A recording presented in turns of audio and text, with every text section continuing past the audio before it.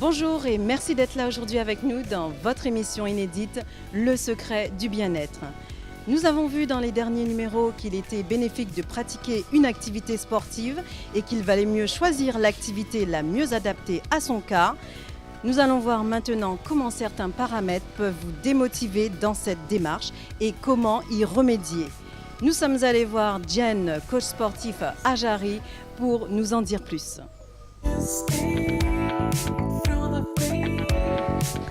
Bonjour Jen. Bonjour Marie. Alors dites-nous, que conseillez-vous à quelqu'un qui manque de temps pour faire du sport?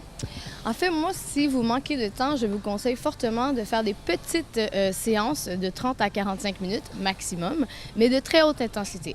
Donc, encore une fois, il faut faire attention à son niveau physique, mais si on fait attention aux impacts, ça va être une petite séance qui va être plus payante. Par exemple, des fractionnés, des sprints de 30 secondes ou de la marche rapide de 30 secondes, suivi de mouvements peut-être avec saut ou sans saut, mais de plus haute amplitude. En salle, c'est plus facile probablement de faire, mais on peut aussi trouver facilement en ligne maintenant des vidéos où c'est possible de faire. Ou en salle, on trouve des cours de HIIT et de cross-training de 45 minutes environ. Très bien. Et que conseillez-vous pour ce qui est d'un manque de motivation, justement? Quelle serait la solution pour quelqu'un qui manque de motivation? En fait, la meilleure façon de se motiver, c'est de le faire soit à deux ou en groupe. Donc, on se trouve quelqu'un avec qui on sait qu'on va avoir des affinités au sport, les mêmes objectifs, et puis on vient au sport ensemble. Donc, les cours collectifs aussi, parce que l'effet de groupe est toujours plus fun. Et la même chose, on y va pour des cours qui sont agréables. Donc, surtout quand on débute le sport, faire des trucs qui sont un peu moins intéressants, ça va être moins motivant. Donc, on trouve un truc qu'on aime et on fait. Et on fait en groupe ou on fait à deux. C'est sûr. Et si la météo n'est pas propice aux activités extérieures, par exemple pour quelqu'un qui a l'habitude de faire du sport à l'extérieur et qui aime courir, ou d'autres types de sports qu'on pratique à l'extérieur, comment peut-on faire? Qu'est-ce qu'on doit faire, si vous conseillez? Il y a toujours deux options. Soit on fait à la maison parce qu'il y aura toujours maintenant une multitude de vidéos et de trucs en ligne. Il y a des applications. Enfin, on peut trouver plein de trucs intéressants. Ou encore, encore une fois, on s'inscrit à la salle et on fait en salle. Alors, Jen, comment faire si je suis d'humeur maussade aujourd'hui? Je sais, tu vas me dire que... Tu retournes te coucher et tu te relèves de l'autre pied. Non? OK. En fait, je te suggère fortement d'aller pour une activité qui est fun, tu vois, quelque chose qui te fait sourire, quelque chose qui va te rendre de bonne humeur. Par exemple, tout ce qui est danse est toujours plus festif. Donc, les cours de Zumba, de danse africaine, même les trucs un peu ludiques vont être proposés. Ou si on a les enfants, on prend les enfants, on va au parc, on fait un truc un peu... ça, c'est pas obligé d'être toujours un entraînement difficile. Déjà, sortir de la maison, si on veut, on va en salle. Je n'avais pas vu les choses de cette façon-là. Moi d'ailleurs, quand j'ai pas envie ou pas envie, j'y vais.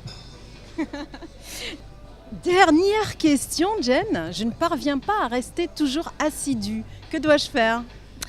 La meilleure façon d'être assidu, c'est de se créer une routine. Donc, c'est pas de dire je vais aller peut-être mardi, je vais aller demain. Sinon, on va toujours remettre. Et c'est là où c'est difficile de prendre une habitude.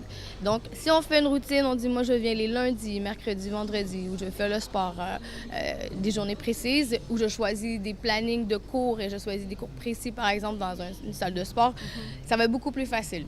Donc, je fais une place dans mon planning, je m'oblige à la respecter et déjà, ça va m'aider grandement. Donc, on crée une habitude, puis après, ça va être quelque chose qui va être naturel. Eh bien, super. Merci beaucoup pour toutes ces très, très bons conseils, Jen. Ça me fait plaisir, Marie. Quel serait ton conseil bien-être aujourd'hui, Jen?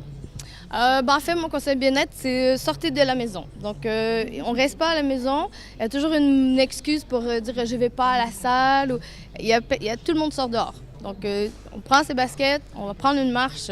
Déjà, c'est mieux que de rien faire. Donc, moi, mon conseil, c'est profiter du soleil. On a maintenant un climat qui est favorable à ça. La pluie, elle va arrêter. Donc, du coup, on va juste profiter de l'extérieur avec les enfants ou tout seul, mais on prend un moment pour soi. Eh bien, merci encore d'avoir accepté de répondre à nos questions pour l'émission Le secret du bien-être. Mais ça me fait plaisir. Merci. Cette émission est terminée. Merci de nous avoir suivis. Merci également à l'Auberge de la Vieille Tour de nous avoir accueillis dans ses locaux. Merci à la boutique Beauty Style Accessoires pour la tenue et les accessoires. Je vous donne donc rendez-vous la semaine prochaine dans un prochain numéro. Retrouvez-nous également sur www.lesecretdubienêtre.gp, également sur la page Facebook et le YouTube Le Secret du Bien-être. Just stay